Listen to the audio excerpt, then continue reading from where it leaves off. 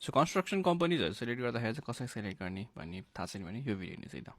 So फर्स्टमा चाहिँ तपाईँलाई अलिअलि भयो नि टेक्निकल नलेज चाहिँ थाहा हुनु पऱ्यो। अहिले त च्याट जिपिटीहरू धेरै कुराहरू छ होइन। अब तपाईँले यतिकै रिपोर्ट पठाउनुहुन्छ जुन हजुरको नक्सा पासको स्ट्रक्चर रिपोर्टहरू, त्यो रिपोर्टहरूलाई पनि तपाईँले च्याट जिपिटीमा पेस्ट गरेर मलाई बुझाइदिनुहोस् के हो के भनेर अझै डिटेलमा जानुपर्छ। किनभने इफ तपाईँले चाहिँ टेक्निकल नलेजहरू अलिअलि थाहा पाउनु भएन भने पनि लाइक तपाईँलाई पछि गाह्रो नै हुन्छ कि इफ तपाईँ अहिले त एआईहरू धेरै छ नि त।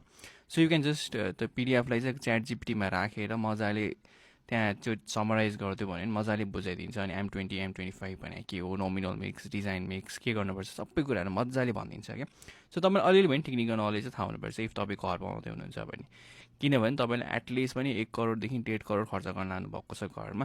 सो एटलिस्ट तपाईँले पनि आफैले टाइम दिएर अलिकति टेक्निकल नलेज बुझ्नु भयो भने सजिलो। र टेक्निकल नलेज थाहा पाइसकेपछि चाहिँ तपाईँको कन्स्ट्रक्सन कम्पनीहरूसँग रिच आउट गर्नुहोस्, कोटेसन्सहरू माग्नुहोस् अनि उहाँहरूको कोटेसन्सहरू हेर्नुहोस्।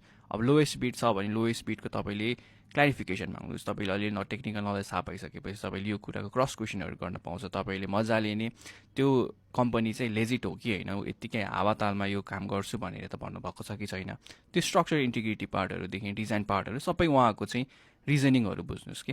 अनि त्यो रिजनिङहरू बुझेपछि इभन इफ तपाईँको चाहिँ हायर कोटेसनको मान्छेले पनि तपाईँको रिजनिङ राम्रो दिन सक्नु भएन भने चाहिँ तपाईँ त्यहाँसँग सेलेक्ट नगर्नुहोस्। तपाईँले इफ लोएस्ट कोटेसनमा चाहिँ रिजनिङ राम्रो दिनुभएको छ भने त्यसलाई नै प्रिफर गर्नुहोस् कि।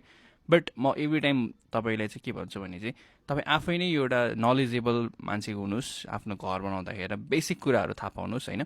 त्यो बेसिक कुरा थाहा पाइसकेपछि चाहिँ कन्स्ट्रक्सन कम्पनीसँग रिच आउट गर्नुहोस्, रिजनिङ माग्नुहोस्। अनि बल्ल इफ तपाईँको त्यो रिजनिङ चाहिँ तपाईँलाई भ्यालिड लाग्यो, यो मान्छे ठिक लाग्यो है भन्ने कुरा, अनि यसको एन्सर्सहरू लजिकल लाग्यो, रिलेभेन्ट लाग्यो भने मात्र उहाँहरूलाई दिनुहोस् है। इभन तपाईँको कोटेसन चाहिँ लोएस्ट होस् अथवा हाइएस्ट होस्, रिजनिङ चाहिँ ठिक हुनु पऱ्यो क्या। So happy building.